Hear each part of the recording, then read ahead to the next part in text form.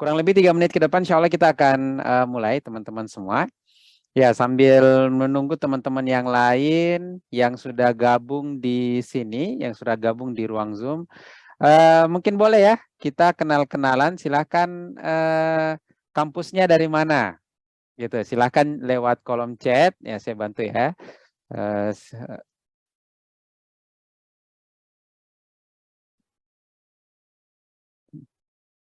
Oke, silakan teman-teman semua bisa di lewat kolom chat. Namanya siapa, kemudian dari kampus mana. Saya yakin ini dari penjuru Indonesia, dari mana saja ada ya. Jadi silakan teman-teman, kita saling kenal-kenalan meskipun lewat kolom chat. Silakan namanya siapa, kampusnya di mana. Hai. Atau kalau yang bukan mahasiswa lagi, kotanya di mana. Tapi saya yakin sih mungkin kebanyakan yang hadir di sini adalah para mahasiswa-mahasiswa kita. Ya, silakan teman-teman yang sudah gabung dengan kita, boleh kita kenal-kenalan. Silakan lewat kolom lewat kolom chat. Silakan kampusnya di mana, kotanya di mana. Silakan supaya kita bisa saling kenal mengenal. Boleh jadi dari Zoom kita malam hari ini kita bisa mendapatkan jejaring ya, kita bisa berjejaring, kita bisa kenal-kenalan gitu. Karena di zaman sekarang ini cerdas saja tidak cukup teman-teman, tapi selain cerdas harus punya banyak jaringan. Banyak orang yang sebenarnya tidak terlalu cerdas, tapi karena dia punya banyak jaringan, maka dia bisa melakukan akselerasi yang jauh lebih cepat daripada orang yang cerdas, orang yang pintar secara akademik tapi tidak punya jaringan. Nah, mudah-mudahan hari ini kita bisa berbagi jejaring, kita bisa bersilaturahim di ruang Zoom ini. Alhamdulillah sudah ada ya dari Kak Fatima ya. Oh, ini sepertinya mahasiswanya Dr. Faisal nih.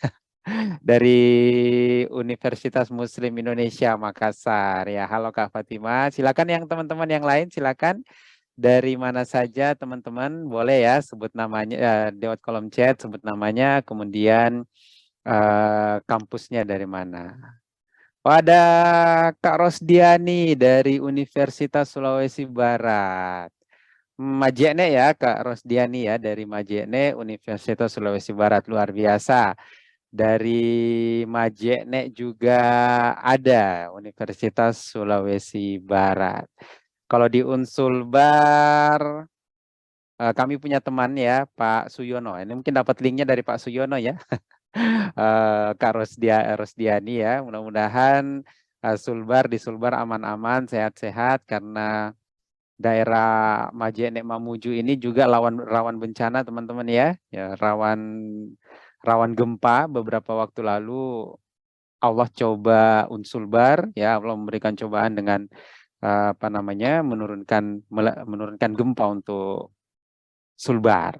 Kita mudah-mudahan tidak mengurangi semangat teman-teman yang ada di Sulbar. Oke, silakan teman-teman yang lain, boleh ya namanya, kemudian kampusnya dari mana. Kalau memang yang masih mahasiswa atau yang sudah lulus tapi ingin update ilmu, boleh jadi ada yang seperti itu. Sudah lulus tapi ingin update ilmu, ya boleh, silakan juga di chat namanya, kemudian dari mana. Ini masih rata-rata masih Sulawesi ini ya. Universitas Muslim Indonesia ada di Sulawesi Selatan, Unsulbar ada di Majene ya, Sulawesi Barat. Silakan kalau ada dari pulau lain, dari Kalimantan mungkin, dari Pulau Jawa mungkin, atau mungkin ada dari Sumatera. Oke, ada Pak Nasaruddin Jamal ya dari Pindrang, Sulawesi Selatan. Masya Allah. Sudah ada dari Pindrang, ada dari Majene, Unsulbar, ada dari Umi Makassar. Oke. Ya, ada Kak Alfred juga. Luar biasa ya, dari Unsulbar, Universitas Sulawesi Barat. Berarti satu alma mater nih dengan Rosdiani ya. Ya, mudah-mudahan nanti malam ini kita bisa mendapatkan ilmu yang sangat bermanfaat dari Kak Dokter Faisal. Nanti sebentar saya akan kenalkan sedikit tentang CV beliau. Oke, insya Allah 1 menit ke depan kita akan mulai. Silakan yang masih mau kenal-kenalan, boleh. Silakan diketik namanya, kemudian asal kampusnya, atau asal daerahnya boleh, supaya di sini kita bisa saling kenal mengenal, kita bisa saling membentuk jejaring, membentuk silaturahim di antara kita, sehingga bukan cuma ilmu yang kita dapat, teman-teman semua ya, tapi kita juga bisa mendapatkan jejaring yang bermanfaat di sini. Mungkin nanti kalau Alfred misalnya jalan-jalan ke UMI, ya ternyata bisa ketemu dengan Kak siapa tadi? Kak Fatimah ya di UMI. Atau Kak Fatimah jalan-jalan ke Unsulbar, ya bisa ketemu Alfred.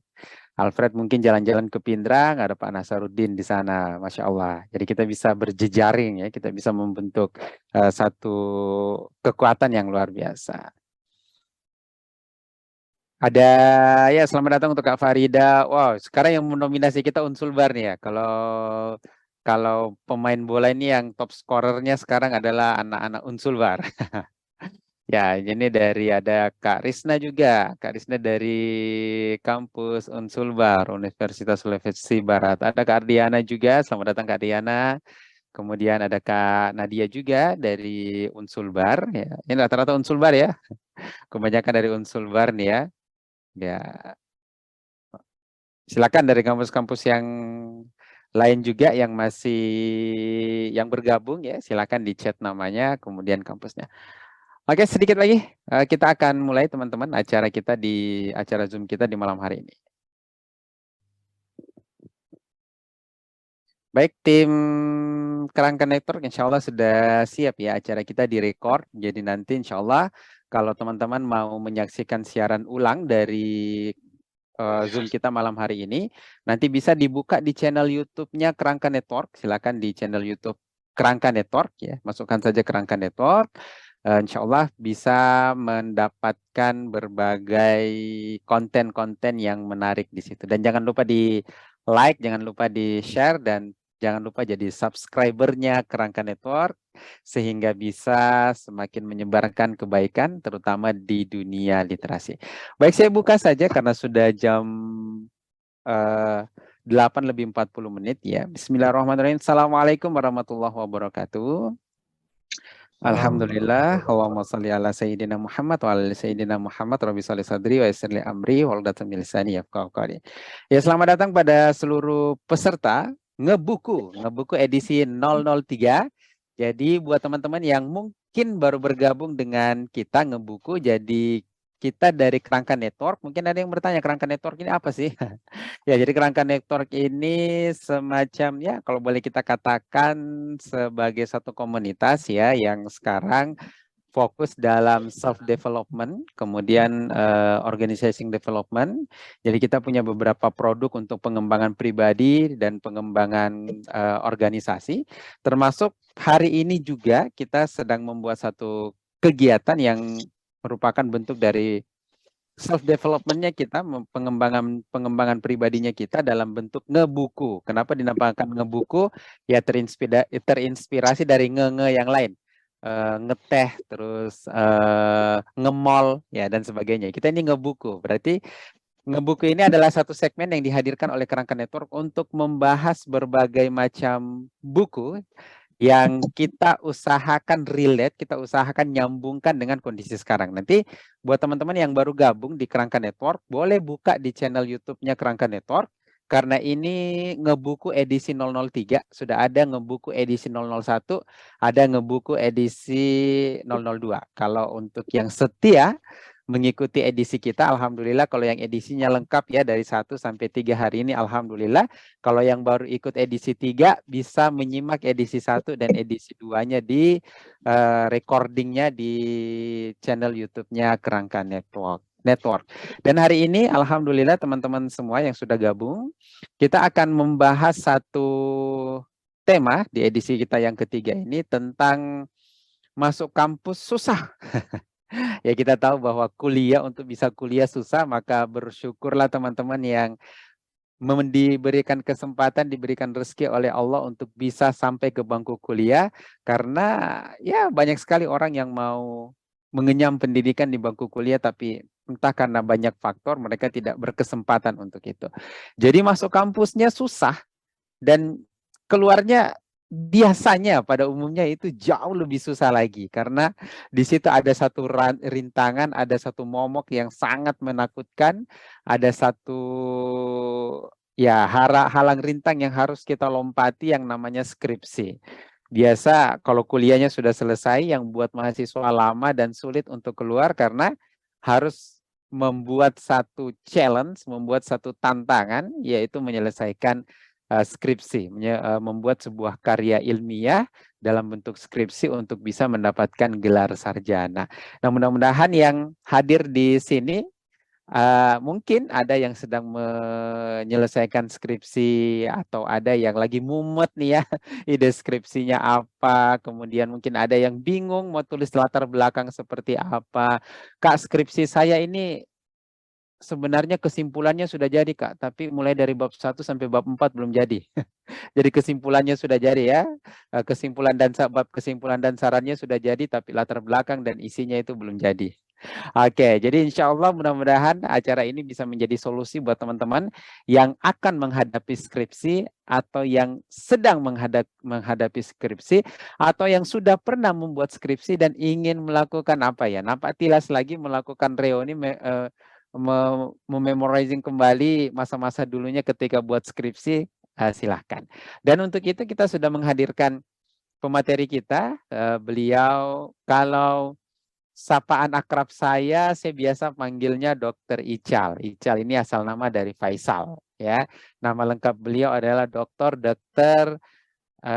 Rahmat Faisal Syamsu, MKes. Jadi latar belakang beliau adalah dosen ya, akademisi di bidang kesehatan. Pendidikan dokter beliau diselesaikan di Universitas Muslim Indonesia. Kemudian S2 beliau, Magister Kesehatan beliau diselesaikan di Universitas Hasanuddin. Dan doktor beliau ya, S3 beliau diselesaikan di Universitas Hasanuddin juga. Jadi insya Allah yang kita hadirkan di sini adalah seorang dosen yang pakar di bidangnya. Dan menariknya teman-teman, karena judul acara kita hari ini adalah ngebuku. Beliau ini juga adalah penulis ya. Jarang-jarang ya kita dapatkan dosen yang menulis dan tulisannya itu tulisan populer gitu. Jadi beliau adalah penulis, beliau sedang menggagas brand sebagai dokter literasi. Ya, jadi beliau ini adalah sudah beberapa buku yang beliau tuliskan dan salah satu buku yang mau kita bahas di sini adalah Skripsi dan Segala Rasa yang ada di dalamnya. Rasa apa skripsi teman-teman semua? Rasa nano-nano? Nggak tahu ya anak milenial sekarang masih kenal nano-nano tidak? Manis, asam, asin mungkin rasa skripsinya ya. Nanti kita akan bedah bersama Dr. Faisal di sini. Oke, baik. Kita sapa dulu pemateri kita yang alhamdulillah sudah ada bersama kita. Assalamualaikum warahmatullahi wabarakatuh, Dr. Richel. Waalaikumsalam warahmatullahi wabarakatuh. Gimana Kanda kabar, Adi. Pak? Ya, alhamdulillah. Alhamdulillah, baik. Ya, jadi alhamdulillah ini Dr. Richel sudah sekitar 39 yang gabung bersama kita dan insya Allah kita akan bahas salah satu bukunya dari Dr. Ical ini tentang skripsi dan segala rasa yang ada di dalamnya yang nanti kita coba relatekan, kita coba nyambungkan dengan dilema-dilema skripsi yang dihadapi oleh kebanyakan mahasiswa yang ada sekarang ya. Dan buat teman-teman mahasiswa ya, teman-teman peserta yang baru gabung silahkan ya kalau berkenan ya boleh diketik namanya kemudian di chat di kolom chat ya dari kampus mana saja. Kalau sekarang yang masih top scorer ini dari Universitas Sulawesi Barat ya banyak nih ya dari Unsulbar di malam hari ini. Mudah-mudahan datangnya di sini ikhlas ya teman-teman Unsulbar, bukan karena diwajibkan sama dosennya ya. Mudah-mudahan datang ke sini memang untuk cari inspirasi tentang skripsi. Baik. Dokter Ical, kita mulai dari bukunya nih ya, bukunya tentang skripsi dan segala rasa yang ada di dalamnya. Ini buku keberapa, Dokter Ical? Ya, terima kasih Kanda Adi Jaya. Ini alhamdulillah buku ke-11. Masya Allah, Ya. buku 11 ya. Bisa kasih spoiler kalaupun tidak bisa 10-10-nya disebut Dokter Ical ya, mungkin ada beberapa buku, judul buku yang berkesan sebelum adanya buku ini, Skripsi dan Segala Rasa yang ada di dalamnya. Buku apa saja yang pernah Dokter Iya, Ical tulis? baik. Alhamdulillah Rabbil Alamin. Allahumma sholli ala Muhammad. Salam kenal sebelumnya pada para audiens adik-adik semua. Juga ada Ayahanda Nasaruddin Jamal ini dari Pinrang juga terlihat di layar. Ini buku ke-11 kami, itu berjudul tentang skripsi dan semua rasa yang ada di dalamnya. Sebelumnya di buku-buku pertama, kedua kami sering menulis puisi-puisi, tapi tentang puisi kedokteran yang sesuai dengan bidang kami. Itu ada Anatomi Rindu, mungkin yang ada pernah dengar sebelumnya, Anatomi Rindu 1, Anatomi Rindu 2. Kemudian kami juga coba masuk ke genre lain seperti yang horor, ada juga judulnya Pasien Terakhir. Jadi dalam menulis saya senang menantang diri saya untuk mencoba hal-hal yang baru. Misalnya tidak selamanya puisi terus, kadang kita main di level cerpen, tapi cerpennya tidak tentang yang romantis-romantis terus. Kita masuk ke genre horor, kita masuk ke genre komedi, dan ada juga kumpulan cerpen surat sakit. Masuk ke ranah situ setelah di buku pertama sampai kelima, saya berpikir kita harus masuk lagi ke ranah ilmiah. Nah, makanya kita dengan disiplin ilmu kedokteran kami membuat buku tentang ilmiah, itu tentang karya tulis ilmiah. Mungkin sebelum buku ini kami sudah menulis buku tentang pedoman penulisan karya tulis ilmiah di Fakultas Kedokteran. Ini bekal dari pengalaman kami diamanahkan oleh pimpinan saat itu sebagai koordinator skripsi atau koordinator karya tulis ilmiah di tahun 2016 kira-kira saat itu. Ya, dari situlah pengalaman yang kami alami, karena kami berpendapat bahwa tidak mungkin kebetulan Allah mengamanahkan kami menduduki posisi itu tanpa sesuatu maksud untuk kita berbagi. Nah, pengalaman 6 tahun itulah, dari tahun 2016 sampai 2022, inilah jadilah buku tentang skripsi dan semua rasa yang ada di dalamnya. Itu modal dari ilmiah ditambah dengan curhatan-curhatan mahasiswa selama 6 tahun. Ada yang dengan air mata datang, ada yang dengan keluhan-keluhan. Nah, itulah makanya jadilah rasa. Karena ternyata dari pengalaman 6 tahun itu, skripsi tidak melulu tentang lembaran-lembaran bab 1 ditutup dengan bab 5 dan daftar pustaka, tidak. Ada lembaran lain yang mungkin tersirat, tidak terlihat oleh kita. Itulah rasa yang ada dalam skripsi itu. Ya, jadi berarti ya bukunya Dokter Ical ini rangkuman 6 tahun menjadi semacam koordinator skripsi begitu, Dokter Ical. Betul, Kanda. Jadi luar biasa ya teman-teman. Jadi insya Allah buku skripsi dan semua rasa yang ada di dalamnya ini adalah satu tulisan yang berasal dari pengalaman otentik dari seorang dosen yang pernah mendapat amanah 6 tahun. Jadi saya kira 6 tahun ini bukan waktu yang sebentar ya.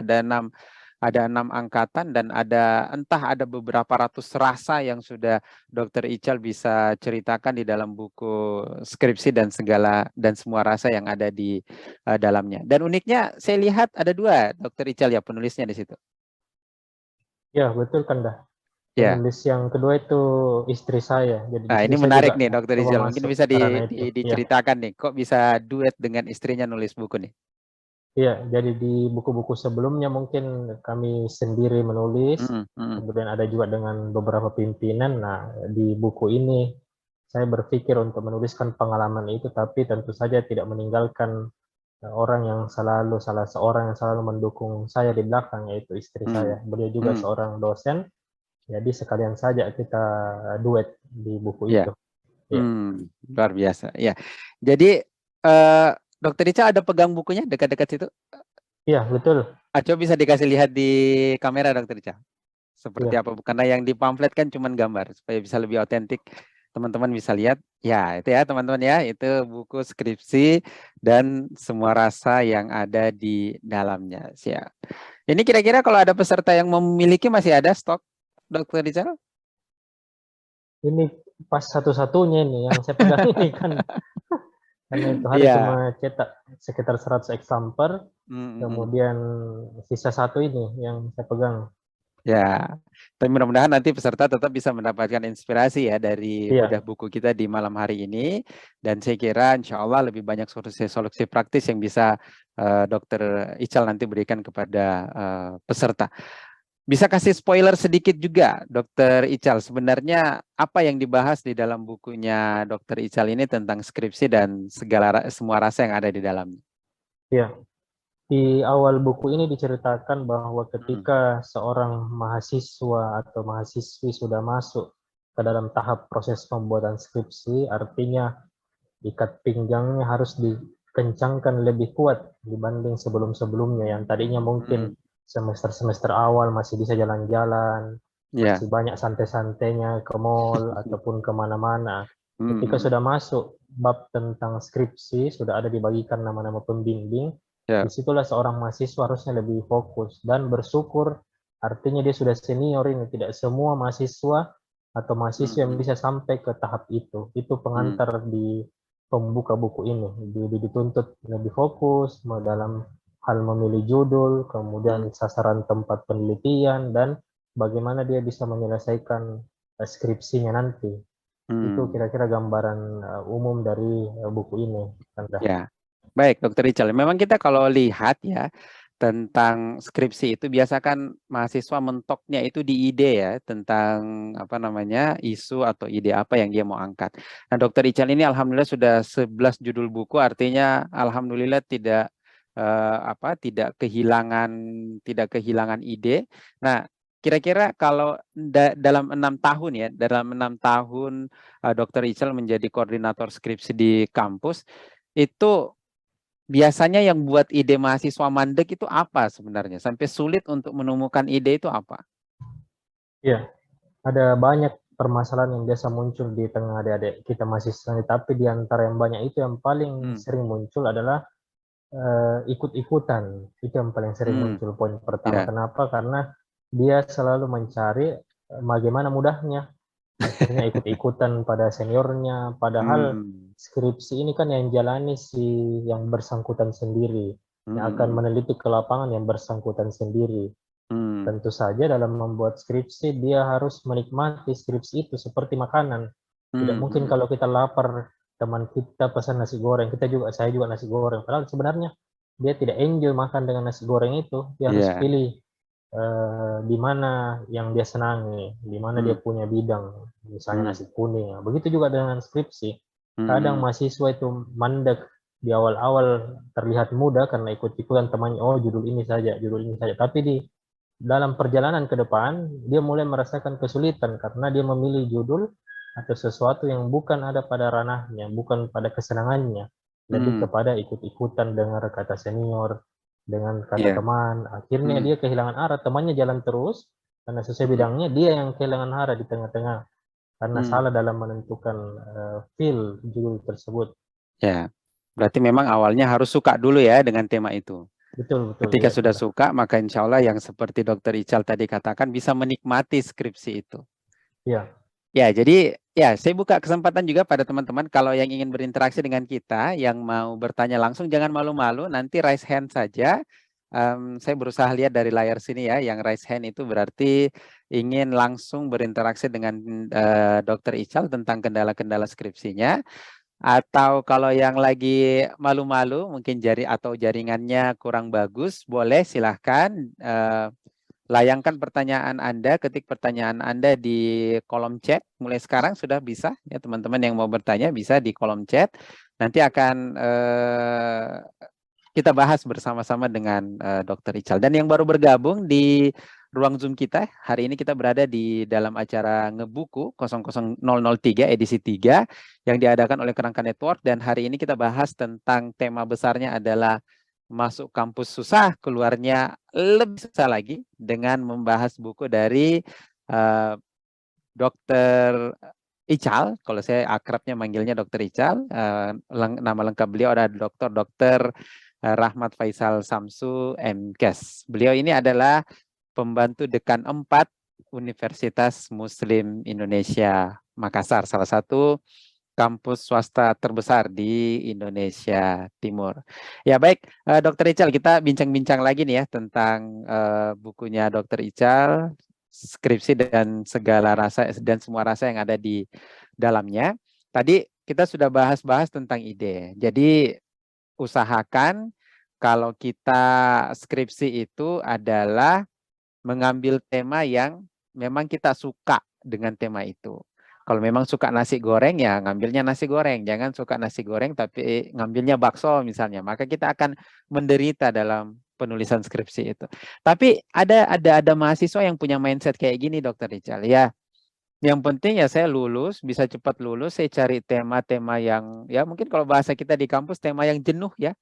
Temanya sama, tinggal cuman ganti lokus penelitiannya saja, tempat penelitiannya saja sudah jadi skripsi. Karena dalam pandangan dia, ya mau temanya menarik, mau temanya tidak menarik, intinya kalau sudah lulus skripsi ya sudah, kita juga sama-sama sarjana, kita juga sama-sama S1, tidak ada apa ya, tidak ada sesuatu yang lebih gitu antara yang skripsinya bagus dengan yang skripsinya yang dokter Ical bilang tadi, yang biasa-biasa saja. Ada mindset mahasiswa yang kayak gitu. Dan kadang ini juga ini curhat saya sedikit, mungkin ada yang sama pengalamannya dengan saya. Ini curhat sedikitnya Dokter Richard. Saya juga waktu kuliah bahkan ada sampai dosen yang bilang, sudah jangan macam-macam. Waktu itu ada diskusi ide gitu ya. Kemudian ada mahasiswa yang kasih ide yang agak kontroversial, dosennya sendiri yang bilang, ya sudah, jangan macam-macam dengan skripsi. Intinya, waktu itu saya bukan skripsi, tesis ya, karena S2 waktu itu. Sudah jangan macam-macam dengan judul tesisnya, intinya buat tesismu bisa cepat selesai, bisa selesai S2-nya cepat. Itu mindset yang mindset yang ada di tengah-tengah mahasiswa, Dokter Ical. Menurut Dokter Ical gimana komennya tentang mindset yang seperti ini? Intinya jadi karena ujung-ujungnya sama, kita juga sama-sama wisuda di auditorium, kita juga sama-sama S1 dan tidak dipengaruhi oleh kualitas skripsi. Iya, betul. Karena ini banyak sekali juga opini-opini atau mindset yang seperti ini yang tersebar di tengah adik kita mahasiswa mungkin. Tapi yang biasa saya sampaikan pada dari mahasiswa bahwa skripsi ini bukan cuma sekedar tugas ataupun menggugurkan kewajiban dalam hal di prasa S1, tapi skripsi ini juga bagaimana kita bisa melihat masa depan kita ke depan. Karena kenapa? Kadang kita baru sadar ketika berada di jenjang pendidikan yang lebih tinggi, misalnya sudah selesai melaksanakan S1 dengan judul A, tapi tiba-tiba masuk S2, kadang baru menyesal kenapa dulu skripsi saya pilih A, ikut-ikutan dan asal-asalan, harusnya saya dulu pilih C supaya linear dengan ilmu yang akan saya lanjutkan di S2. Nanti lagi di S2 asal-asalan lagi, akhirnya di S3 menyesal lagi. Kenapa dulu saya pilih judul skripsi di S1A, di S2B harusnya saya pilih C, ini akan tidak linear dengan disiplin ilmu saya nanti. Jadi yang saya pesankan biasa ke adik-adik bahwa memilih judul skripsi itu adalah bagaimana melihat kita di masa sekarang dan masa depan. Karena tidak asal pilih, karena kita akan berbicara masa depan. Kenapa? Skripsi ini akan menjadi rekam jejak kita di kurikulum vitae kita. Kalau dia tidak linear dengan keilmuan kita ke depan, ini setengah mati kita mengubahnya. Karena sudah selesai, sudah jadi. Tapi kalau dia linear dengan keilmuan kita ke depan, ini akan mudah. Karena jenjang akademik kita kan ini ke depan bersambung terus. Mungkin ada yang lanjut sekolah, selesai D3, lanjut S1, S1 lanjut S2, dan S3 sampai guru besar mungkin. Nah, di guru besar itulah terekam jejak kita ketika meraih gelar tertinggi di akademik itu, akan dilihat apa judulnya di S1, kenapa lari ke kiri. Judulnya S2 ya lari ke kanan lagi, judulnya di S3, oh malah lurus. Nah, terjadi ketidak linear. Jadi sekali lagi saya berpesan pada mungkin adik-adik yang sempat ikut di ngebuku kali ini, skripsi ini melihat masa kerja kita sekarang dan bagaimana masa depan kita untuk ke depan. Jadi tidak boleh asal-asalan memilih judul, asal selesai, tapi bagaimana masa depan kita ke depan. Kira-kira demikian. Ya. Kalau dari pengalamannya Dokter Ical selama 6 tahun ya tadi menjadi koordinator skripsi, ya kita ambillah rata-rata kampus ambil bab skripsi kurang lebih 5 ya, 5 bab lah kurang lebih. Kalau menurut pengalamannya Dokter Ical biasanya bab yang paling jadi momok paling menakutkan mahasiswa itu bab apa? Tentang apa? Iya, yang paling sering mahasiswa kebingungan itu ada di bab 3, Anda, Hmm, selain bab 4. Tapi bab 3 ini saya selalu ibaratkan bahwa bab 1 ini adalah kalau dia mobil adalah bodinya, bab ya. 2 ini isinya kursinya, kacanya, Hmm, hmm, spionnya. Bab 3 ini adalah setir yang akan menentukan kemana penelitian ini akan berjalan, bagaimana teknik mengambil samplingnya. Bab 3 adalah hmm, setir dari suatu penelitian. Jadi kadang mereka bingung mau menunjukkan teknik apa. hmm, Metodologi penelitian adalah bab 3 yang paling penting dalam suatu penelitian. hmm, hmm. Berarti pengalamannya Dokter Ical ini bab 3 ya, bab Ya, 3 ya yang cukup cukup krusial. Nah, tipsnya untuk membimbing mahasiswa untuk bisa keluar dari apa namanya? Dari bab 3 yang menakutkan ini gimana kalau pengalamannya Dokter Ical? ya. Jadi biasanya kami ingatkan ke adik-adik mahasiswa bahwa kalau dia masih jenjang pendidikan strata 1 atau S1, maka buatlah desain penelitian itu dalam taraf membuktikan apa yang sudah ada. Itu saja levelnya di situ. Jadi tidak usah terlalu jauh ke depan mau menemukan teori baru karena ruang lingkup keilmuannya sampai di situ. Jadi Hmm, dia menguji apa yang sudah ada saja, misalnya efek buah tin terhadap kolesterol. Nah, itu kan hmm, sudah ada efeknya, orang sudah menelitinya. Dia bisa meneliti dengan jumlah sampel yang berbeda, tapi hmm, mirip-mirip judulnya. Nah, tapi hmm, kalau dia naik ke tahap S2, berarti bukan lagi menguji yang sudah ada, tapi mulai mengembangkan ya, apa yang sudah ada sebelumnya. Jadi tadi buatin dia sudah melihat terhadap kolesterol jahat, kolesterol baik, kemudian hmm, cadangan lemak. Dia mulai mengembangkan apa yang sudah ada. Tapi kalau masuk ke taraf S3, berarti dia sudah mulai menemukan suatu teori yang baru yang mungkin belum pernah ada sebelumnya. Misalnya hmm, buatin dosis berapa, atau dikombin dengan buah lain, misalnya minyak zaitun, hmm, buatin minyak zaitun. Jadi mulai mengembangkan sesuatu yang baru. Jadi hmm, untuk memudahkan kita membuat bab 3, buatlah sesuatu yang sesuai dengan ruang lingkup keilmuan kita. Tidak kemana-mana. Jadi level 1 membuktikan apa yang sudah ada, strata 2 mengembangkan, strata 3 menemukan sesuatu yang baru. Jadi kita akan fokus nanti dengan desain penelitian, mungkin hmm, S1 akan deskriptif saja, ya, S2 nanti dengan analitik, X3 eksperimen. Jadi begitu hmm. tahap-tahapnya sehingga tidak membingungkan kita ketika mengerjakan penelitian nantinya. Ya, jadi berarti teman-teman semua skripsi, tesis, dan disertasi itu ada batasan-batasan luarannya ya, Dokter Rizal ya. Ya, skripsi enggak mesti langsung menghasilkan teori baru. Ya, Ya, yang Dokter Rizal tadi katakan ya namanya skripsi masih di awal ya berarti dia lebih ke deskriptif. Nanti kalau S2 sudah berusaha untuk menguji sebuah teori dan nanti kalau S3 ya diharapkan sudah bisa menghasilkan teori baru kalau memang apa namanya kalau memang dia mampu untuk melakukan itu dan seharusnya mampu ya kalau sudah sampai pada level itu. Ya ini sudah ada beberapa yang berinteraksi dengan kita, Dokter Ical di kolom chat ya. Hmm, ya meskipun Dokter Ical ini backgroundnya adalah kesehatan, tapi insya Allah bisa berbagi ya dengan teman. Ini ada dari teknik informatika nih, Dokter Ical. Nanti mungkin bisa dikasih masukan-masukan yang sifatnya umum ya. Karena ini pertanyaannya cukup spesifik. Mau bertanya tentang tata cara survei untuk program aplikasi yang saya ajukan. Karena program yang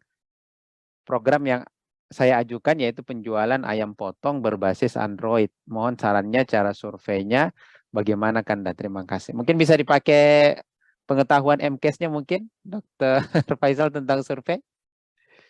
ya. Ada saran Saya untuk Muhammad Imam?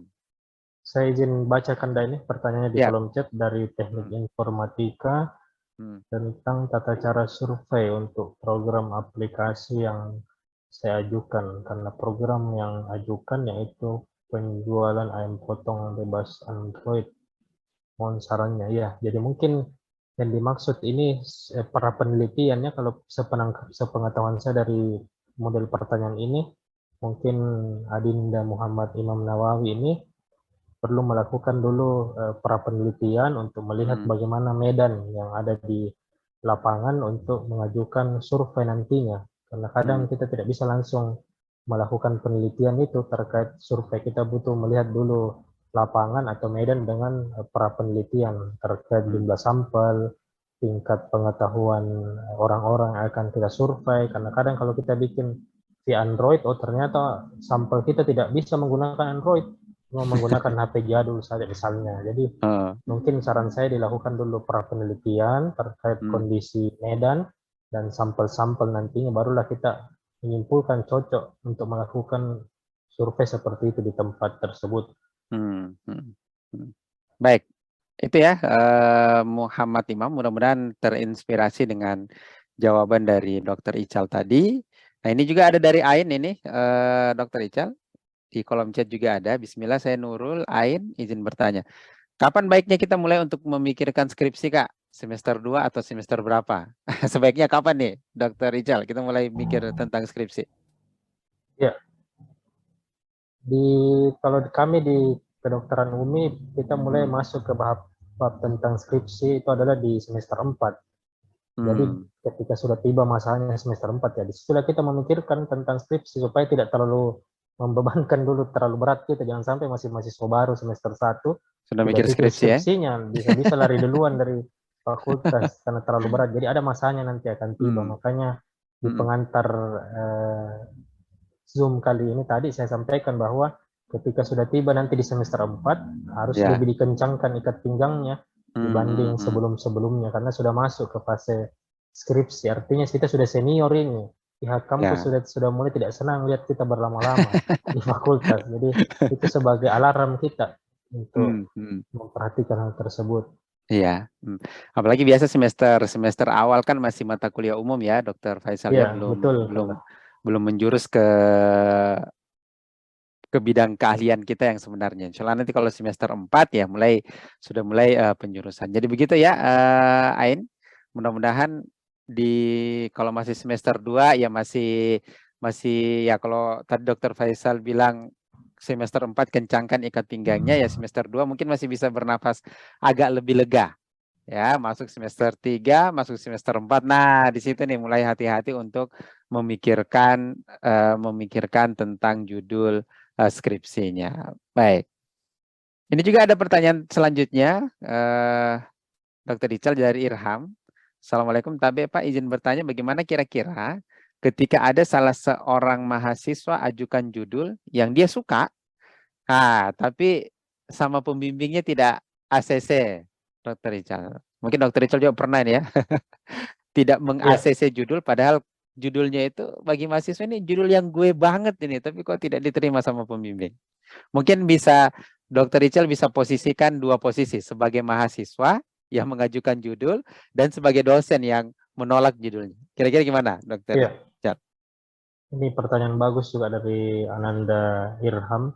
Jadi memang saya juga salah seorang tipikal yang biasa membikinkan pohon penelitian untuk adik-adik mahasiswa yang datang melapor bahwa mereka adalah anak bimbingan saya. Kadang kami sudah bikinkan pohon penelitian. Jadi si A datang, kamu penelitiannya nomor 1, si B datang, kamu penelitian nomor 2. Tapi kita tidak paten menerapkan itu. Kita tetap memberikan ruang kepada mahasiswa kalau memang dia punya judul tersendiri, asalkan dia bisa meyakinkan kita bahwa dia mampu mengerjakan itu, dia mampu menyelesaikan hal tersebut dengan bawa judulnya, mungkin sudah ada 2-3 judul dia bawa, kemudian ada referensi yang mendukung, karena kadang ada adik mahasiswa datang, ada nih judul, oh sudah ada judul, apa judulnya, dia perlihatkan ini judulnya, kamu sudah baca berapa literatur tersebut, temanku bilang ini bagus, karena kan jawabannya itu menggugurkan keyakinan kita, tadi kita mau percaya warna ini mampu, tapi sudah ada kata-kata yang menggugurkan bahwa ini ikutan berkali, dan kita bicarakan mau cepat selesai, akhirnya kita mengambil jalan bahwa kamu ikut saya di temanmu tentang pohon penelitian ini sudah ada sebelumnya, jadi kamu ikut ke situ, mudah-mudahan disiplin ilmunya nanti masuk, depannya kamu bikin terus seperti itu. Karena jadi kalau tipsnya mungkin kalau ada mahasiswa ingin membuat judul tersendiri, datang ataupun bimbingnya dengan meyakinkan membawa judul 1-2 judul dan mendukung literatur atau referensi yang betul-betul mendukung judul tersebut bahwa penelitian ini layak untuk diteliti. Demikian. Ya. Sebenarnya biasa kalau kita sekarang posisinya Dokter Ical sebagai dosen nih. Biasa dosen itu nolak judul itu karena apa, Dokter Ical? Biasa faktornya apa? Padahal kayak judulnya ini versi mahasiswa sudah suka sekali sama judul itu. Kalau dosen biasa nolak judul itu karena apa sebenarnya? Biasanya. Iya, biasanya nomor satu karena tidak kuatnya ide yang disampaikan oleh adik-adik mahasiswa dan Hmm, tidak didukung dengan referensi yang teraktual. Jadi kadang kita ya, tidak meyakinkan atau mereka cuma ada juga tipe mahasiswa yang seperti ini. Mereka mau melakukan penelitian dan mengambil kesempatan penelitian itu untuk pulang kampung nanti ke daerahnya. Jadi kadang evidence base di daerah tersebut tidak mendukung dengan judul penelitian yang dia mau bawakan. Misalnya, ya. kayak kemarin dia mau pulang kampung ke daerah A dengan membawa Hmm, judul seperti ini. Nah, akhirnya hmm, ternyata kasus di daerah A kampungnya itu kurang terkait kasus hmm, tersebut. Artinya dia memaksakan judul tersebut hanya untuk meneliti di kampungnya, tapi kasus yang berada di kampungnya kurang terkait judul ya. tersebut. Jadi tidak bisa dipaksa-paksakan. Karena kalau Hmm, kita bicara kasus, kita bicara tentang data, evidence hmm, base. Jadi itu juga yang kadang membuat kita ragu, kenapa kamu meneliti ini, kasusnya cuma 2, cuma 3, bagaimana caranya mau diolah nanti hasil ya. penelitiannya. Nah, ini kadang yang bikin kita ragu sehingga menolak judul mahasiswa tersebut. Hmm, hmm, hmm. Ya, jadi itu ya, kenapa tadi saya bertanya ke Dokter Ical apa sebenarnya yang menyebabkan dosen itu menolak penelitian kita, supaya mahasiswa itu punya ini ya, punya dua perspektif. Perspektif dia sebagai mahasiswa, kemudian perspektifnya dia juga seandainya dia yang jadi dosen, gitu. Seandainya yang jadi dosen ya bisa jadi yang teman-teman rasakan itu seperti yang Dokter Ical rasakan ya. Ternyata ada mahasiswa yang kalau orang Makassar bilang kalasi ya dalam tanda kutip ya, ternyata mau pulang kampung, sebenarnya tujuan utamanya bukan meneliti tapi mau pulang kampung, dipaksakan judul penelitiannya itu lokasinya di kampungnya. Padahal sebenarnya isunya itu tidak cocok dengan fakta yang ada di kampungnya. Kalau tetap dipaksakan ya ujung-ujungnya yang sulit yang akan terkendala ya mahasiswa itu juga. Jadi sebenarnya dosen itu menolak penelitian kita teman-teman itu sebenarnya demi kita juga. Karena kapan penelitian itu diluluskan, tapi ternyata itu tadi ya data dan sebagainya itu tidak valid, tidak lengkap, ujung-ujungnya yang susah ya kita juga gitu. Baik, buat teman-teman semua yang masih ingin bertanya boleh silakan lewat kolom chat boleh. Kalau yang mau langsung bertanya boleh raise hand ya, boleh raise hand. Nanti bisa langsung berinteraksi dengan Dokter Ical. Tapi kalau yang sinyalnya kurang bagus, boleh lewat kolom chat. Kami masih membuka membuka kesempatan buat teman-teman untuk bertanya lewat kolom chat. Baik, Dokter Ical, yang saya tertarik dari buku skripsi dan semua rasa yang ada di dalamnya ini tentang pasti ada cerita-cerita tentang mahasiswa-mahasiswa unik yang pernah datang ke Dokter Faisal untuk mengajukan skripsinya. Mungkin ada yang bisa di-share dengan teman-teman Dokter Ical. Mungkin ada mahasiswanya yang bagaimana yang cerita kisahnya yang inspiratif yang ada di dalam buku itu mungkin yang bisa di-share dengan kita.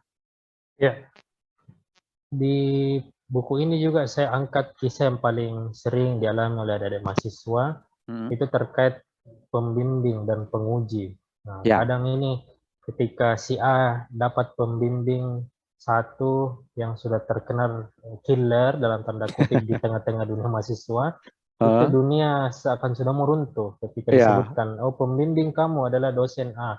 Akhirnya, web Hmm. dosen A ini sudah terkenal killer. Ini dunia kayak sudah mau runtuh, sudah mau kiamat. Kayak sudah tidak ada lagi Hmm. masa depan yang cerah bagi dia. Buram semuanya. Padahal saya selalu ingatkan bahwa Hmm. setiap mahasiswa itu beda-beda nasibnya. Beda-beda Iya. rezekinya. Meskipun pembimbingnya sama, Hmm. pengujinya sama, tapi itu kan nasibnya temanmu yang sebelum-sebelumnya.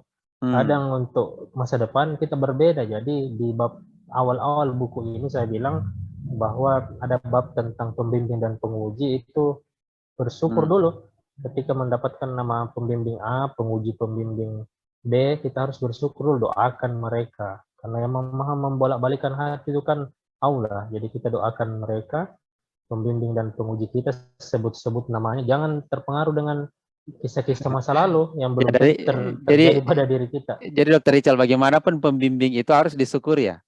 Ya, betul. Di Bagaimana bab mensyukuri pembimbing yang killer, Dokter Ical? ya, di bab awal buku ini saya buka dengan bab seperti itu, bahwa bersyukur dulu terkait Ya. pembimbing dan penguji, karena kadang tidak sama yang kita alami dengan teman-teman kita. Jadi Hmm, kadang orang hmm, kan sudah berpikir negatif dulu, akhirnya hmm. ke depannya salah-salah bertindak, Ya. takut-takut beri salam saja salah, mau WA saja dihapus 10 kali baru kirim WA, mau menelpon saja, telepon tidak, akhirnya tidak jadi-jadi karena Eh, eh. berdasarkan modal-modal masa lalu, cerita-cerita dari temannya.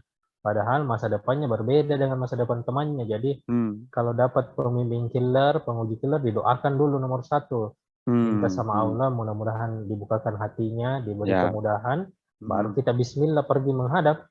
hmm, Jadi jangan cerita-cerita masa lalu dijadikan pengalaman saja, tapi bukan menjadi hakim untuk kita di masa depan. Karena saya hmm, tekankan kembali, setiap orang beda-beda masanya, beda-beda rezekinya. Itu hmm, kadang hmm, yang paling hmm. sering diceritakan oleh mahasiswa, sehingga ke depannya dia salah-salah bertindak. Karena itu tadi, belum bertindak sudah takut duluan. Akhirnya Ya. gugup, ada Hmm, kegugupan dalam hmm, bertindak. Nah, hmm, bikinlah hmm, kesalahan, tidak menghubungi pembimbing, datang hmm, melapor 1 kali menghilang 3 bulan. Nah, ini nih hmm, kasus-kasus hmm, ini yang sering muncul di lapangan. hmm, hmm. Ya, Dan Dokter Rizal pernah mengalami mahasiswa yang seperti itu, 3 bulan tidak muncul. pernah ada seperti itu. Dia 3 bulan tidak muncul karena kenapa? Oh, alasannya belum selesai. Ternyata dipanggil betul-betul menghadap. Dia akhirnya cerita, oh, saya ada ketakutan karena kata temanku begini, kata seniorku seperti ini. Wah, ini Hmm. dia hidup di alam cerita temannya yang lalu-lalu. Padahal dia berbeda Iya, sendiri jalannya untuk ke depan. Ini yang iya. kadang tidak disadari oleh adik-adik mahasiswa kita. Iya. Hmm.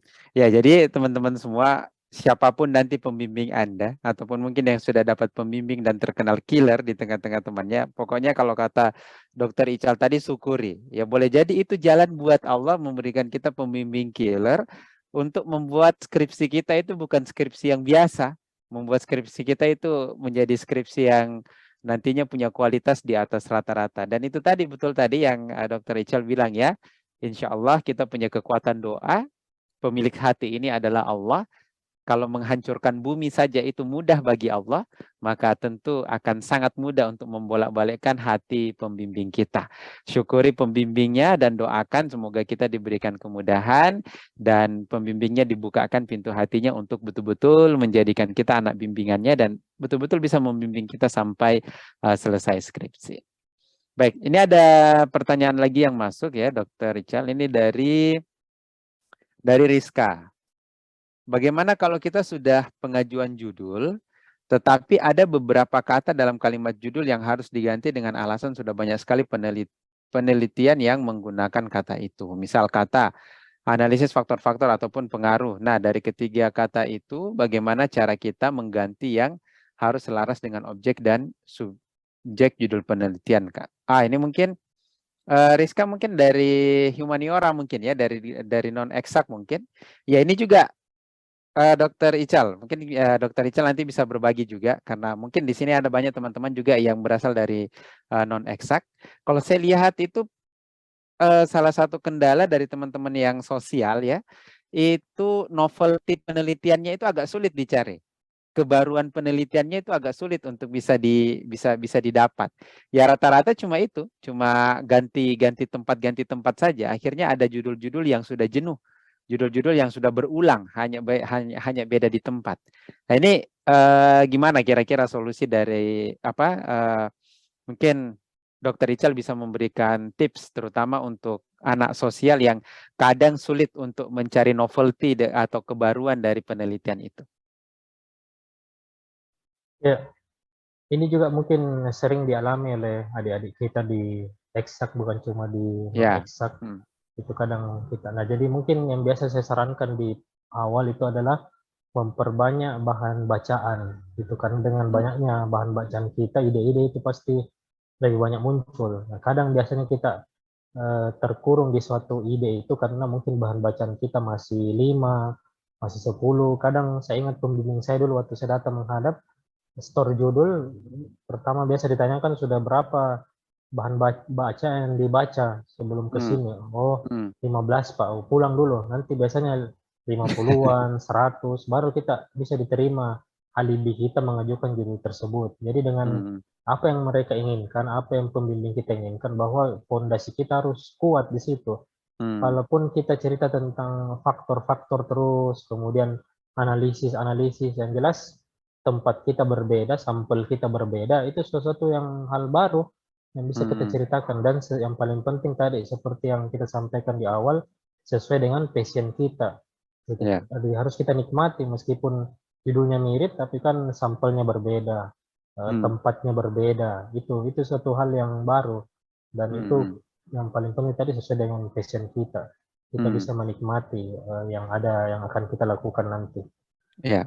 Hmm. Berarti teman-teman yang agak kesulitan ya, kalau yang kasusnya siapa tadi? Kasusnya Rizka tadi ya, yang kata-katanya tuh analisis faktor, analisis faktor. Nah, itu berarti Rizka dan teman-teman yang mengalami hal sejenis, kendala sejenis bisa lakukan apa yang disarankan oleh Dokter Ical tadi untuk perbanyak membaca, perbanyak bahan bacaan kita. Dengan begitu kita akan punya referensi semakin banyak dan kita bisa membanding-bandingkan kira-kira penelitian kita ini differential value-nya ya, nilai bedanya dari penelitian-penelitian yang sudah ada itu seperti apa. Oke ya, jadi itu Rizka banyak-banyak baca, banyak referensi gitu, insya Allah bisa mendapatkan masukan-masukan ide yang lebih banyak lagi. Kemudian ini ada dari Alfred ya di Unsul Bar, Dr. Richard. Penelitian yang paling sering digunakan mahasiswa itu model penelitian apa, Pak? Nah, atau penelitian yang gampang. Nah, ini Alfred cari yang gampang nih. Yang gampang nih, Dokter Richard. Bisa mungkin dari 6 tahun pengalamannya Dokter Richard, mungkin nanti bisa disinggung juga penelitian-penelitian di sosial juga mungkin ya, Dokter Richard. Apa penelitian yang jenis penelitiannya apa saja dan kira-kira penelitian yang mudah ini apa ini, Dokter Richard? Ya, jadi dalam tingkatan penelitian yang paling rendah atau paling mudah itu adalah terkait dengan desain penelitian seperti deskriptif. Jadi Hmm, kita hmm, menampilkan saja apa yang kita temukan tanpa mencoba untuk menganalisis. Karena hmm, tingkatan kedua itu adalah analisis, tingkatan ya, ketiga adalah eksperimen. Jadi itu tingkatan umum dalam penelitian, mungkin baik dalam eksak ataupun non eksak. Yang hmm, pertama adalah deskriptif tadi. Jadi kita cuma menampilkan fenomena-fenomena yang menarik untuk kita lihat. ya, Misalnya kinerja Presiden Jokowi tahun 2021 sampai 2024. Ditampilkan hmm, saja dari ekonominya bagaimana, hukumnya bagaimana, sosialnya bagaimana, tanpa hmm, mencoba menganalisis. Jadi kita cuma deskriptif, menampilkan saja. Itu hmm, paling mudah dalam level penelitian. Nah, kalau kita masuk ke level kedua itu adalah menganalisis kenapa bisa seperti itu, hmm, apa yang menyebabkan faktor-faktor apa. Nah, itu masuk ke level analisis. Level ketiga paling tinggi adalah eksperimen. Nah, ini biasa pada penelitian-penelitian eksak ditambahkan zat supaya bisa berubah. Tadinya hmm, hasilnya A, untuk berubah menjadi B ditambahkan zat apa. Nah, itu hmm, hmm. level eksperimen. Jadi kalau paling mudahnya ditanyakan kepada saya tadi adalah penelitian level deskriptif, Deskriptif. menampilkan saja apa yang kita anggap fenomena itu menarik dan ditampilkan dalam kurun periode tertentu. Hmm, hmm, hmm. Ya, jadi kalau Alfred ya, kalau mau yang mudah berarti model deskriptif saja, cuma menggambarkan atau menampilkan sebuah fakta. Tapi kalau mau yang lebih lebih challenging-nya lebih tinggi lagi ya, ketantangannya lebih tinggi lagi ya itu tadi yang Dokter Rachel bilang tadi, berani enggak ambil tema-tema yang sifatnya analitik ya, yang bisa menganalisis sebuah fakta. Your life is your choice, Alfred. Silakan pilihan Anda, apa namanya, kuliah Anda adalah pilihan Anda. Silakan mau yang mana. Oke, baik. Nah, ini ada pertanyaan dari selanjutnya ya, Dokter Ical. Ini ada dari Kak Kusnandar Putra ini. Nah, ini jadi fenomena yang umum juga mungkin di kalangan mahasiswa. Bagaimana manajemen waktu untuk bisa menyelesaikan skripsi? Ini kasusnya beliau kerja sambil kuliah. Nah, gimana nih, Kak Ical? Iya, ini banyak juga terjadi di beberapa mahasiswa kami itu sambil kuliah ada juga yang kerja karena kan sekarang dunia kita tidak harus Hmm, berhadap-hadapan. Jadi kerja itu bisa via online, digital. Jadi kadang konsumen kita ada di pulau lain, kita di pulau lain. Nah, itu. ya, Jadi kemajuan zaman ini memang mengajarkan kita untuk lebih aktif, kreatif ke depan dan hmm, lebih inovatif. Nah, memang untuk menyiapkan waktu-waktu tertentu, apalagi sambil kerja itu dibutuhkan fighting spirit yang luar biasa. hmm, Kenapa? Karena kadang kita itu baru sadar di ujung kalau ada saudara teman kita pakai apa itu namanya, ucapan selamat Anda telah ya, sarjana hmm, ST. Nah, baru kita sadar di situ. Oh, dulu belum karena kita masih sama-sama start, sama-sama belum punya gelar. Nah, kadang si mahasiswa yang berlama-lama baru sadar ketika sudah ada teman angkatannya memakai lulus. stelentanan sarjana. Baru dia menyesal, Hmm, kenapa saya dulu tidak seperti ini, harusnya waktu tidur saya dikurangi, dipakai untuk seperti ini. Nah, itu hmm, kadang, tapi sekali lagi menyesalnya kita di poin-poin itu adalah alarm bagus bahwa kita masih ada rasa menyesal untuk mengubah masa depan. Nah, hmm, bagaimana cara mengefektifkan waktu tersebut ya, salah satunya tadi ketika orang lain mungkin tertidur atau istirahat ya kita bekerja di ranah-ranah itu karena kadang kan kalau jadwal itu sudah paten bisa berubah, misalnya jam hmm, 8 sampai jam 4 sore itu sudah paten ya bisa hmm, berubah, jangan kita mengambil pekerjaan di jam itu. Kenapa? hmm, Konsekuensinya pasti akan absen, bolos, absensi kosong, ujung-ujungnya nanti ya, tidak bisa ikut final, terhambat hmm, lagi kuliah. Jadi kalau memang kita mau sambil kerja ya ambillah pekerjaan di luar jam kuliah tersebut. Di saat orang hmm, lain istirahat mungkin kita masuk ke poin bekerja gitu. ya, Jadi tidak hmm. menghambat satu sama lain. Hmm, hmm, hmm.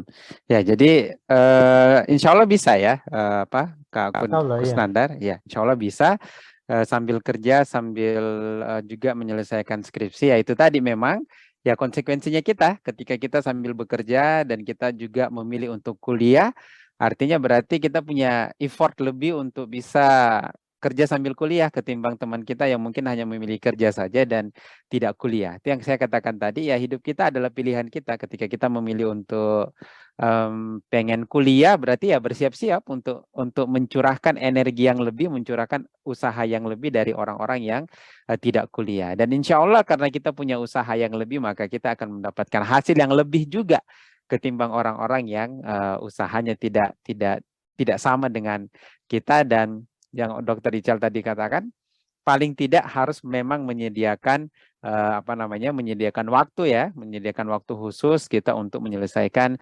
skripsi. Jangan sampai seperti tadi, begitu ada teman yang lulus baru kita ketar-ketir ya, baru kita kebakaran jenggot ya. Oh ternyata sudah ada yang lulus, saya belum lulus. Berarti ini anu nih, Dokter Ical, mirip-mirip orang yang jomblo ya. Biasa kalau teman Iya, seangkatan kita belum ada yang nikah ya masih santai. Begitu sudah ada satu yang sebar undangan, wah lalu mulai sadar, ternyata saya sudah tua ya, teman saya sudah ada yang mau nikah. Di situ kemudian baru apa namanya, baru kelabakan. Oke, teman-teman semua silahkan kalau yang ada yang masih ada yang masih mau bertanya silahkan. Ketik pertanyaannya, layangkan lewat kolom chat. Insya Allah nanti kita akan membahas bersama-sama dengan pemateri kita yang hadir di ruang Zoom kita. Kalau untuk yang baru bergabung, beliau adalah dokter Rahmat Faisal Samsu. Beliau adalah dosen di Fakultas Kedokteran Universitas Muslim Indonesia. Ya, jadi 6 tahun menjadi koordinator, 6 tahun menjadi koordinator apa? Menjadi koordinator skripsi, Kak Ical. Kira-kira suka, saya tanya dukanya dulu lah. Nah, karena biasa katanya kalau teori memori itu yang terakhir dibilang itu yang akan tinggal di memori. Makanya saya tidak mau tinggal yang dukanya. Saya pengen tanya, dukanya menjadi koordinator skripsi dulu apa? Selama Kak iya. Ical 6 tahun tuh. Kurang lebih 6 tahun yang lalu itu bahwa paling sering itu dukanya ketika sudah ada tanggal wisuda muncul, lalu anak-anak bimbingan kita ataupun non bimbingan kita itu datang ke kita. dengan segala keluhannya, bahkan tidak Hmm. sedikit juga yang datang bersama orang tuanya. Hmm. Bagaimana anak Hmm. saya ini Hmm. sudah wisuda 1 minggu lagi, tapi Hmm. belum baca hasil. Nah, di situ duka yang paling banyak terjadi di kita. Jadi kadang kursi-kursi itu, meja-meja itu jadi saksi-saksi bisu, air mata yang datang, Hmm. keluhan-keluhan orang tua yang datang. Tapi Ya. skripsi adalah skripsi yang tetap harus diselesaikan.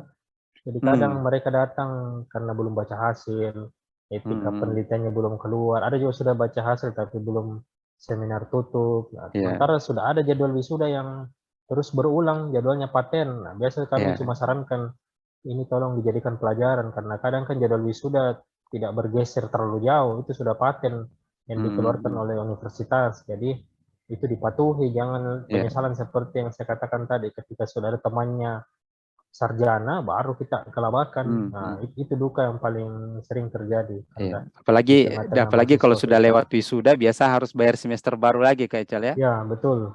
Dan Kadang kita tahu kalau di kedokteran kan tidak murah. cuma kejar berapa SKS saja harus bayar 1 semester karena belum Hmm. selesai Hmm. Hmm. skripsinya. Hmm. Hal itu. Nah, treatment yang biasa dokter Ical kasih terutama untuk yang sampai berderai air mata, bahkan datang sama orang tuanya. Ini bagaimana nih Dokter Ical memposisikan profesionalitas kita sebagai seorang dosen dan nilai apa ya, nilai humanitinya kita, nilai kemanusiaannya kita. Aduh, ini sudah menangis, datang lagi Iya, sama orang tuanya. Apalagi kalau kita tahu bilang, ya orang ini misalnya dari segi ekonomi lumayan sulit untuk membayar semester. Ini gimana nih, Dokter Ical waktu iya, diperhadapkan pada posisi yang dilema seperti itu? iya. Jadi biasanya kalau adik-adik mahasiswa yang datang ke kami sendiri ataupun sama orang tuanya yang kadang minus beberapa hari wisuda, kami biasa berikan tadi itu motivasi bahwa mudah-mudahan tidak terulang dan segera kejar Hmm, ke hmm, periode hmm, wisuda berikutnya. Yang kedua, hmm, biasa hmm, kami bantu menjembatani atau menghubungi pembimbingnya atau pengujinya hmm, bahwa tolong diperhatikan, karena kami juga tidak bisa mengintervensi terlalu jauh karena hmm, pembimbing atau penguji. Kami sebagai koordinator memberitahukan saja bahwa kemajuan anak bimbingannya sudah sampai sini, tolong dok ya, diperhatikan lagi karena sudah ada jadwal hmm, wisuda hmm, berikutnya hal seperti ini. Nah, itu. Jadi hmm, kadang itu yang bisa kami lakukan untuk memperjuangkan hak-hak mereka dan juga tanpa mengesampingkan hak-hak pembimbing, karena kadang juga hmm, ketika kami menghubungi pembimbing bahwa anak ini tolong dibantu karena sudah mau dekat periode wisuda, kadang pembimbingnya katakan balik bahwa anak ini tidak pernah datang menghadap melapor. Jadi ada dua dua dua fenomena yang bertemu di situ, dan memang itu iya, tadi karena saya bilang di tengah perbincangan kita tadi, hmm, kenapa hmm, kamu tidak pernah menghadap ke pembimbing atau penguji? hmm, Oh, inilah hmm, tadi karena sudah hidup di masa-masa bayang-bayang lalu seniornya, dia akan hmm, mengatakan saya takut karena senior saya bilang si pembimbing A itu seperti ini, si hmm, penguji A itu hmm, seperti ini. Jadi dia hidup terus di bayang-bayang itu. Lebih hmm, baiknya lewatlah jadwal wisuda karena dia susah lepas dari situ. Jadi kembali saya tekankan bahwa adik-adik mahasiswa yang sempat hadir ini beda-beda rezeki masing-masing orang. Jadi ya, jalani masing-masing jalannya, adapun hmm, pesan-pesan dari senior dijadikan pengalaman tapi bukan untuk menghakimi masa depan kita ke depan, hmm, hmm, seperti hmm. itu. Ya, jadi teman-teman semua selain Anda yang risau dengan skripsi yang tidak selesai, waktu wisuda yang tinggal seminggu lagi, ternyata bukan cuma Anda yang risau tentang itu. Dosen-dosen juga sebenarnya ketar-ketir dengan itu. Ya, ketika Anda datang kemudian belum selesai dan waktu wisuda sudah di depan mata, kalau lanjut lagi bayar lagi 1 semester, ternyata yang galau juga itu adalah dosen-dosennya. Jadi insya Allah dengan ini kita bisa selalu positive thinking bahwa dosen itu tidak hendak mempersulit kita. Mereka ingin memberikan kemudahan dengan kita, ya tinggal kitanya apakah kita mau menjemput kemudahan itu atau tidak. Nah itu tadi dukanya ya Dokter Ical. Sekarang sukanya selama selama 6 tahun ini menjadi koordinator skripsi sampai bisa buat 1 buku. Sukanya apa? Dokter Ical. Iya, sukanya itu kan udah biasanya yang kita bayangkan kalau anak-anak kita sudah wisuda, jadi mereka Hmm, datang hmm, setelah foto bersama di panggung ya, ataupun di satu tempat, datang kepada kita mengucapkan terima kasih. Itu kayak sesuatu hal yang tidak bisa luar dibeli biasa ya. dengan Iya, apapun iya, ya, iya. bahwa kita sudah berhasil membimbing mereka. Nah, kita Hmm, biasanya berpesan bahwa tolong jangan dilupakan skripsinya, tidak mungkin Tuhan secara kebetulan kasih kamu judul ini, mungkin hmm, kedepannya bisa disambung dengan ya, penelitian yang sudah ada dasarnya seperti itu. Jadi kedepannya sudah ada istilahnya lampunya, sisa dikembangkan lagi watt-wattnya ke depan. Ya, Iya, dikasih lebih terang ya. iya. Ya, baik Dokter Rizal. Ini ada lagi yang bertanya ke kita. Ada Kak Farida. Assalamualaikum, izin bertanya. Bagaimana cara melawan rasa penuh keraguan? Wah, ini Kak Farida ragu nih ya, rasa penuh keraguan. Ragu apakah saya mampu mengerjakan terhadap judul yang sudah diajukan ke dosen pembimbing, sedangkan judul yang diajukan sudah disepakati oleh dosen pembimbing. Ini unik nih kisahnya Kak Farida nih. Dia mengajukan judul tapi beliau sendiri ragu nih, Dokter Ical, ya apakah bisa menyelesaikan atau tidak. Dan bagaimana nih mengatasi mental seperti ini, mental yang penuh dengan keraguan? Ya, ini banyak juga terjadi di mahasiswa-mahasiswa kita, Ya. keraguan-keraguan itu. Jadi tidak ada jalan lain untuk mengatasi keraguan itu dalam skripsi kecuali dijalani dari jalan lain. Jadi mungkin ibaratnya seperti perjalanan, kita lihat ke depan masih gelap, bagaimana caranya untuk kita tahu gelap atau tidak, ya harus masuk ke jalan itu. Oh Betul, ternyata betul. tidak gelap-gelap amat, ada Ya. lampu-lampu jalan, Heeh. ada teman-teman kita seperjuangan di samping yang bisa kita ajak jalan sama-sama. Itu Hmm, hmm, kadang hmm. keraguan-keraguan itu tadi terlalu besar daripada kenyataan nanti yang akan kita hadapi. Jadi saran saya pada Adinda Farida tadi, jalani dulu karena kita kan sudah menentukan judul kita, sudah Hmm. menghadap ke pembimbing, konsekuensinya harus dijalani. Bagaimana Ya. cara menjalani? Tidak usah langsung mau dari Makassar langsung ke Parepare ya. Tentu lewat Hmm. dulu ke Pangkep, ke Hmm. Baru, pelan-pelan. Hmm. Jadi bikin Hmm. dulu bab satunya, sudah bab satu Hmm. bikin lagi bab duanya, sudah Hmm. bab dua bikin lagi bab tiganya. Oh nanti di ujung kita bilang, oh terang ternyata jalanan ini. Saya yang berpikir ini gelap, ternyata terang. Ya. Jadi bab per bab saja diselesaikan. Kalau lebih Hmm. kecilnya lagi lembar per lembar diselesaikan. Bab satu Hmm. adalah latar Hmm. Hmm. belakang, Hmm. selesaikan latar belakangnya. Hmm. Masuk ke lembaran kedua tujuan penelitian, selesaikan tujuannya. Ya. Masuk ke rumusan masalah. Jadi lembar per lembar, jangan buru-buru Hmm. langsung satu, bab dua, bab tiga. Itu kadang kita repot. Akhirnya Hmm. Hmm. Hmm. ditunda-tunda. Oh minggu depan tidak, minggu depan Ya. tidak. Berganti kalender, 1 bulan lewat, tidak ada yang dikerja. Lama-lama diganti kalender 2024, tidak ada yang dikerja. Jadi Ya. selesaikan hal skop-skop kecil, pindah lagi ke skop yang Hmm. lebih besar, dan akhirnya kita sadar ternyata tidak segelap itu perjalanan ini. Dan Ya. itulah gunanya dosen pembimbing, jangan ragu-ragu menghadap ke dosen pembimbing untuk saling Hmm. share. Siapa lagi yang mau membimbing kita? Siapa yang Hmm. mau membela kita kalau bukan dosen pembimbing? Baik Betul. di luar ujian ataupun dalam ujian. Ya Hmm. kan Hmm. sekarang Hmm. ranahnya dosen pembimbing bukan lagi sebagai penguji. Itu Hmm. yang Hmm. kami diarahkan di ranah ilmiah terakhir. Jadi dosen pembimbing tidak bertanya lagi nanti di ujian. Beliau adalah pembela-pembela kita pada saat Hmm. ujian. Nah, jadi Hmm. jangan khawatir, beliau akan menjadi benteng-benteng, penopang-penopang kita, asalkan kita sinergis dan Hmm. rajin Hmm. berkonsultasi. Hmm, Itu hmm, kira-kira. hmm, hmm. Jadi gitu ya Kak Ferida, kalau kita melihat skripsi yang sudah jadi ya kita melihat mungkin seperti satu bangunan yang begitu megah yang kayaknya wah ini sulit nih untuk bisa saya bangun seperti bangunan ini. Tapi kalau kita lihat ya bagaimana tukang itu mulai dari pondasi, mulai dari bata per bata, ya semen per semen. Ya skripsi juga seperti itu yang Dokter Richard bilang tadi, mulai dari lembar per lembar. Jadi kita tidak melihat langsung jadinya, tapi kita melihat step by step untuk menuju ke skripsi yang jadi itu, maka insya Allah keraguan-keraguan kita itu pasti bisa dihilangkan. Apalagi tadi Dokter Richard sudah memberikan kita semangat ya. Jangan ragu, kita tidak berjuang sendiri, kita berjuang bersama dosen pembimbing yang akan selalu bersedia untuk membimbing kita. Baik teman-teman semua, kita masih punya waktu sekitar 10 menit ke depan. Silakan untuk yang baru bergabung atau yang masih ingin bertanya kepada Dokter Ical yang jadi pemateri kita di kesempatan hari ini, bisa boleh silakan. Kita masih buka ruang diskusi, yang mau berinteraksi langsung boleh langsung raise hand, atau yang pengen bertanya lewat chat boleh silakan lewat kolom chat. Insya Allah nanti akan kita bahas bersama dengan Dokter Ical. Ya, kita manfaatkan baik-baik kesempatan kita nih ya. Jarang-jarang kita bisa ketemu dengan beliau. Kita kalau kata orang salah satu pembuka ilmu itu adalah dengan bertanya. Biasa kalau kita tidak bertanya, maka ilmu dari pemateri itu tidak terbuka. Tapi alhamdulillah, insya Allah dengan kita bertanya maka ilmunya akan semakin terbuka. Jadi biasa pemateri itu bukan pelit ilmu sebenarnya. Kita saja yang kurang memancing pemateri untuk mengeluarkan semua senjatanya, mengeluarkan semua keilmuannya. Oke, silakan untuk peserta yang masih ingin bertanya, ingin berinteraksi dengan kita, bisa lewat kolom chat. Yang mau lewat kolom chat boleh, yang ingin bertanya langsung, ya, yang ingin berinteraksi langsung bisa raise hand. Nanti kita akan bahas pertanyaannya sama-sama di apa namanya? Kita akan bahas pertanyaannya sama-sama di sini.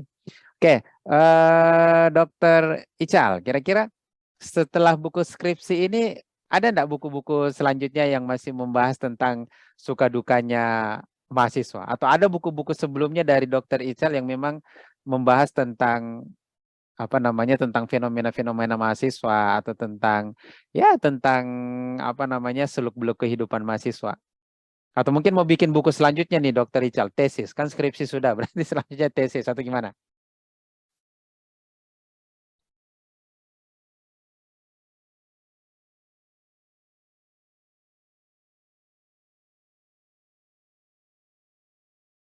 Dokter Ical masih terhubung dengan kami? Cek.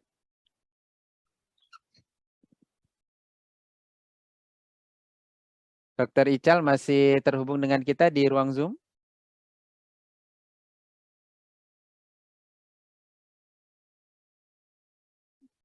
Tes, ya, iya kan dah. Ya, Ini ada gangguan jaringan tadi. siap, siap. Tadi Jadi pertanyaan mungkin, saya di iya, copy, saya dengar Dokter Ical. tadi. Oke, Iya, ya, silakan. ya. Biasanya kalau dalam hal membuat buku, saya senang membuat jilid duanya lagi. Jadi mungkin Hmm, kalau yang buku ini berjudul tentang skripsi dan semua rasa yang ada di dalamnya, mungkin nanti kita akan kembangkan menjadi yang kedua. Jadi judulnya tetap sama, tapi ya. mungkin apa jilid keduanya yang akan kita bikin. Dan karena mungkin masih banyak cerita-cerita dari adik-adik mahasiswa yang belum tertampung di sini, nah gitu kita akan bikinkan jilid kedua insya Allah. Hmm, hmm, hmm. Baik, jadi ditunggu saja ya semua teman-teman. Insya Allah mudah-mudahan diberikan kesehatan, diberikan kekuatan, diberikan inspirasi yang tak bertepi dari Allah Subhanahu Wa Taala sehingga Dokter Ical bisa menghasilkan karya-karya selanjutnya yang tentu tidak kalah menarik dengan buku skripsi dan semua rasa yang ada di dalamnya. Baik Dokter Ical, kita sudah ada di penghujung waktu dan di sesi terakhir ini saya persilakan ke Dokter Ical untuk memberikan oleh-oleh buat kita dalam bentuk closing statement-nya.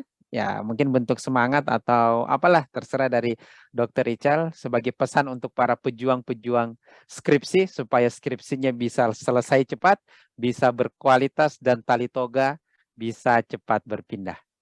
Silakan Dokter Iya, Ical. terima kasih Kanda. Mungkin yang saya sampaikan terakhir ini seperti di penutup buku ini bahwa Hmm. skripsi itu adalah pekerjaan-pekerjaan ilmiah. Hmm. Ilmiah artinya apa? Ketika kita buka skripsi kita saat selesai itu hasilnya B. Ketika kita sudah menikah kita buka lagi hasilnya tetap B. Kita Ya. sudah punya anak dibuka lagi hasilnya tetap B. Kita Hmm. sudah Hmm. jadi orang tua bercucu nanti dibuka hasilnya tetap B. Artinya Hmm. apa? Skripsi adalah suatu ranah ilmiah yang hasilnya tidak akan berubah. Hmm. Itulah ilmiah. Nah, sementara ada rasa yang akan kita jalani ketika membuat skripsi. Rasa itu berubah-berubah. Kadang kita senang, kadang kita Ya. sedih, Hmm. suka, duka. Itulah rasa. Yang Hmm. artinya apa? Susah untuk diilmiahkan karena dia berubah-berubah. Mungkin dulu Hmm. kita waktu buat skripsi sedih. Tapi ketika skripsi sudah selesai, kita lihat lagi kembali, kita jadi tertawa. Oh, dulu kenapa saya seperti ini ya? Pas Hmm. masa 10 tahun akan datang, kita jadi tertawa lagi, sedih lagi, dulu saya seperti ini ya. Itu jadi Hmm. hadirlah buku ini mengatakan bahwa skripsi tentang skripsi dan Hmm. semua rasa yang ada dalamnya. Artinya ranah ilmiah itu bisa bersanding dengan ranah non ilmiah yang Iya. tersurat dan yang tersirat. Dan saya rasa Betul. semua pejuang-pejuang skripsi, disertasi ataupun tesis merasakan hal ini. Tinggal mau Hmm. tidak kita menuangkannya dalam sebuah buku. Jadi Iya. sekaligus penutup ini saya menantang adik-adik semua, Hmm. tuliskan apa yang kalian rasakan, pengalaman kalian menulis skripsi. Ada Hmm. ilmiahnya, jadi dapat juga non ilmiahnya dengan Iya. menulis buku tersebut. Karena itu akan Hmm. abadi itu. Itu menjadi Hmm. saksi sejarah bahwa ketika kalian membuat skripsi, ini ilmiahnya sudah ada di jilid, sekian ratus lembar halaman, mana non ilmiah, mana rasanya yang kita seperti itu kira-kira, sehingga menjadi kenangan nanti ketika kita sudah tua atau sudah punya cucu, diceritakan kepada mereka-mereka nanti. Iya, menarik sekali teman-teman semua ya. Jadi skripsi itu hasilnya akan paten begitu-begitu saja, tapi rasanya insya Allah akan berubah. Kalau hari ini teman-teman lagi rasanya rasa gundah gulana, nunggu pembimbing yang tidak kunjung datang, sampai nunggu di depan kantor jurusan pembimbingnya tidak muncul-muncul, gelisah kita di situ. Tapi insya Allah ketika nanti sudah wisuda, kegelisahan itu menjadi satu cerita yang menarik untuk kita ceritakan kembali ya. Jadi yang dulu kita rasakan gelisah, tapi hari ini ketika dicerita lagi ternyata menjadi cerita-cerita yang lucu.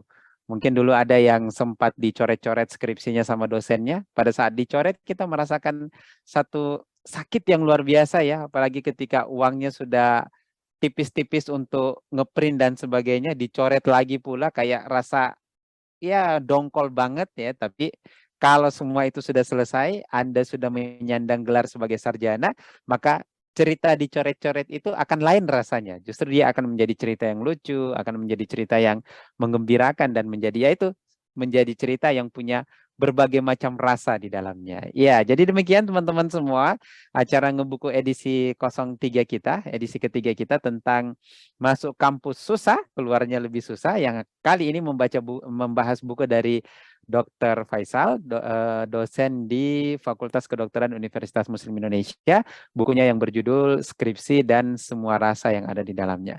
Saya mewakili Kerangka Network mengucapkan terima kasih banyak kepada Dr. Ical sudah berbagi dengan kita semua di sini kurang lebih 1,5 jam. Mudah-mudahan nanti tidak bosan-bosan kita undang lagi ya Dr. Faisal untuk bisa berbagi lagi dengan kita semua di sini untuk memperkaya literasi kita. Dan untuk teman-teman yang sudah bersedia bergabung dan tetap setia di sini selama 1,5 jam, terima kasih dan nantikan program-program selanjutnya dari Kerangka Network. Izin nomor WA teman-teman semua sudah kami simpan ya. Simpan bukan untuk disalahgunakan insya Allah ya. Jadi adminnya Kerangka Network insya Allah amanah menyimpan nomor teman-teman. Untuk apa? Untuk menginformasikan kembali kalau dari Kerangka Network nanti akan ada kegiatan-kegiatan selanjutnya. Insya Allah kita akan menyusul dengan kegiatan Ngebuku 04, 05 dan seterusnya.